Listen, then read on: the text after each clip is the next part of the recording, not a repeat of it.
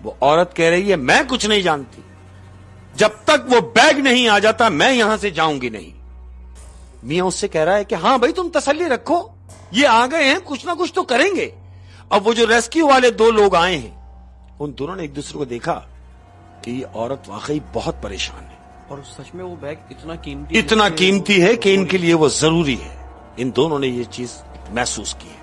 احمد, ان دونوں نے ہمت کر کے اس جو کھائی ہے اس میں اترنا شروع کیا ہے. ٹارچیں انہوں نے جلائی ہے, یہ ٹارچیں جلا کے نیچے اتر رہے ہیں. یہ دونوں نیچے اتر رہے ہیں, اور ذرا نیچے اترے ہوں گے تو کیا دیکھتے ہیں کہ گاڑی پڑی ہوئی ہے. احمد, گاڑی کھائی میں گاڑی گری ہوئی ہے. وہ جو گاڑی پڑی ہوئی ہے اس کا آدھا حصہ نظر آیا ہے. اب جب آدھا حصہ انہیں نظر آیا انہوں نے دیکھا ارے گاڑی, وائٹ کلر کی گاڑی جو نیچے پڑی ہوئی ہے, آدھا حصہ یہاں ہے تو آدھا حصہ اور کہاں ہے. احمد, یہ مزید نیچے اترے ہیں. مطلب اس بات کا یقین ہو گیا کہ یہاں ایکسیڈنٹ ہوا ہے. یہ مزید نیچے جا رہے ہیں.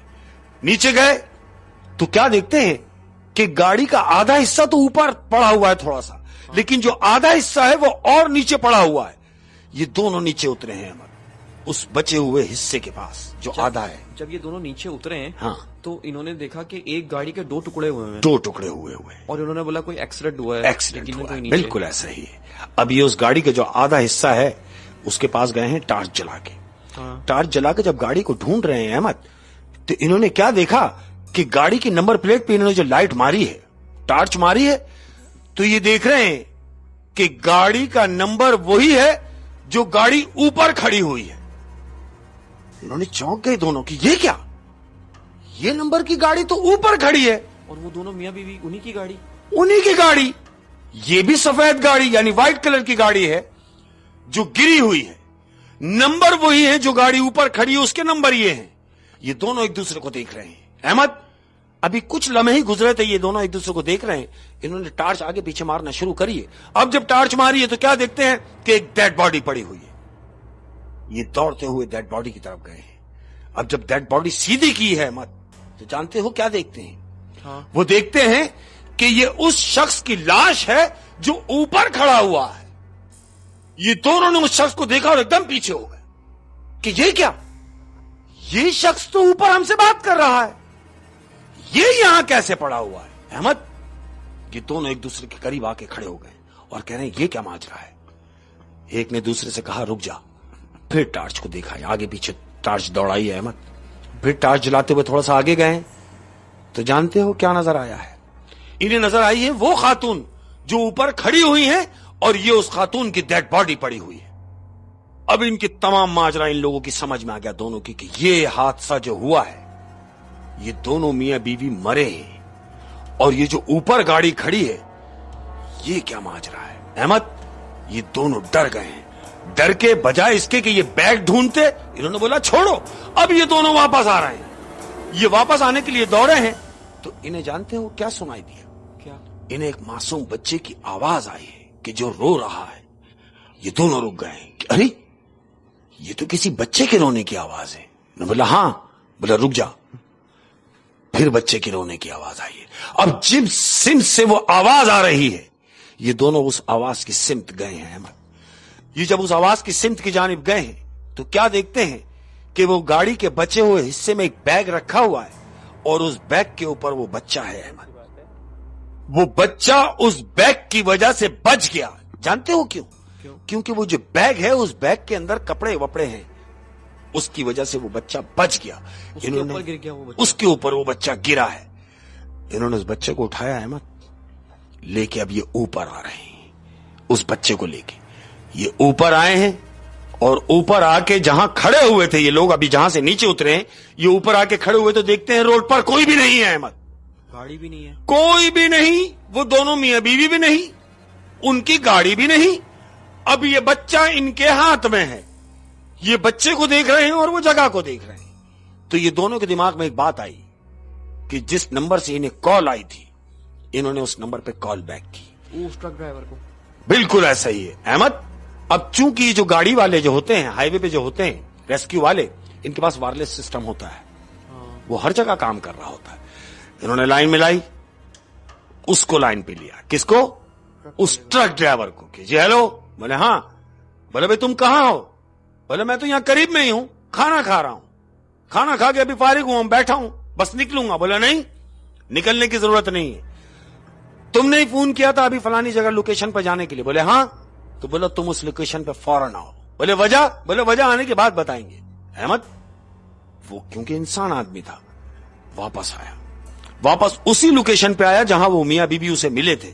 اب یہ واپس آیا, آنے کے بعد وہ ریسکیو والے کھڑے ہوئے اس آدمی سے مخاطب ہے. کون؟ وہ جو ڈرائیور ابھی آیا ہے. بولے ہاں بھائی تم نے کال کی تھی؟ بولے ہاں میں نے کال کی تھی.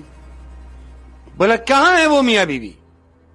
ٹرک ڈرائیور پوچھ رہا ہے کہ وہ میاں بیوی کہاں ہے؟ کہ نہیں اسی لیے تو تجھے بلایا ہے کہ تو بتائے گا وہ کون تھے. بولا وہ کون تھے؟ ارے بھائی جس طرح تم نہیں جانتے کہ وہ کون تھے, اسی طرح میں بھی نہیں جانتا کہ وہ کون تھے. لیکن ہاں جب میں یہاں سے گزر رہا تھا تو انہوں نے مجھ سے کہا کہ ہمارا بیگ نیچے گر گیا ہے جس میں کوئی قیمتی چیز ہے, بس وہ بیگ ہمیں چاہیے. اور ان پولیس والوں کو بھی اس عورت نے یہی بولا تھا. یہی بولا. اس عورت کا بار بار یہ بولنا تھا کہ وہ بیگ بہت قیمتی ہے, وہ بیگ لا دو مجھے, بیگ لا دو, بس وہ میرا حساسہ ہے. تو وہ حساسہ جانتے ہو کیا تھا احمد؟ وہ اس قیمتی حساسے کے لیے جو ذکر کر رہی تھی وہ اس کی اولاد تھی. وہ اپنے بچے کے لیے کہہ رہی تھی کہ مجھے وہ بیگ لا دو.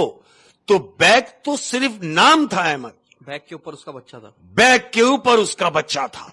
یہ ڈھونڈتے ہوئے اس بچے کو اوپر لے کر آئے. یہ ریسکیو والوں کی تمام بات سمجھ میں آ گئی کہ دیکھو اللہ نے ہم سے یہ کام کرانا تھا کہ ہم سوچ کے تو اترے تھے کہ بیگ لے کے آئیں گے, لیکن یہ بچہ وہاں زندہ سلامت تھا. پھر ان پولیس والوں نے ٹرک ڈرائیور کو یہ ساری بات بتائی. ساری بات بتائی کہ جب ہم نیچے اترے تو ہم نے دیکھا کہ جو گاڑی تم نے اور ہم نے یہاں دیکھی تھی وہ گاڑی ایکسیڈنٹ شدہ نیچے پڑی ہوئی ہے, اور وہی دونوں میاں بیوی جو تم نے اور ہم نے یہاں دیکھے تھے ان دونوں کی لاشیں بھی نیچے پڑی ہوئی ہے. ٹرک ڈرائیور بھی دیکھ کے اور سن کے دنگ رہ گیا. مت یہ کیا کہہ رہے ہو؟ بولے ہاں ہم نے خود دیکھا, ان دونوں کی لاشیں نیچے پڑی ہوئی ہیں, ان کی وہ گاڑی جو یہاں کھڑی تھی وہ نیچے پڑی ہے. صرف بچے کی بات تھی کہ بچے کو بچانا تھا احمد. یہ اللہ کے معاملات ہیں اور وہ بچہ بچ گیا احمد. ہاں زندگی موت تو اللہ کے ہاتھ میں. بے شک ایسا ہی لیکن نا کہ ان دونوں میاں بیوی کی موت آ گئی اور اس بچے کو اللہ نے بیگ کو ذریعہ بنا کے بالکل زندگی بخشی, بچا لیا. ایسے ہی ہے. اور یہ بھی دیکھیں کہ ماں کی ممتا مطلب کیسی ہوتی ہے. ہاں یار, کہ اپنے بچے کے لیے اس نے یہ میسج پہنچایا بالکل کہ اس کو وہاں سے نکالو. اور کیسے نکالو کہ آپ دیکھیں سسٹم کیسے بنایا ہے کہ وہ دونوں میاں بیوی وہاں روڈ پر موجود ہیں. بظاہر یعنی کوئی بھی آنے جانے والا یہ نہیں کہے گا کہ یہ کوئی حادثے کا شکار ہو چکے ہیں, یہ وہ لوگ ہیں جو مر چکے ہیں. نہ تو ٹرک ڈرائیور نے اس بات کو جج کیا, نہ پولیس والے, نہ وہ جو ریسکیو والے آئے پولیس والے انہوں نے جج کیا. وہ تو صرف اس لیے آئے کہ شاید گاڑی خراب ہے تو ہم کوئی مدد کریں گے, لیکن معاملات کچھ اور تھے احمد. اس بچے کو بچانا, بچے کو بچنا تھا. ہوئے ہوئے ہوئے ہوئے شیخ صاحب, بہت ہی رونگٹے کھڑے کر دینے والی کہانی تھی. ماں کی ممتا بیسیکلی ماں کہانی میں بتائی گئی. اور یہ دیکھیں نا کہ اگر اس میں ہر کیریکٹر ہے. اچھا اب آپ یہ بھی دیکھیں نا کہ اس کہانی میں جو سارے کیریکٹرز ہیں ان کا بھی اپنا اپنا ایک کردار ہے.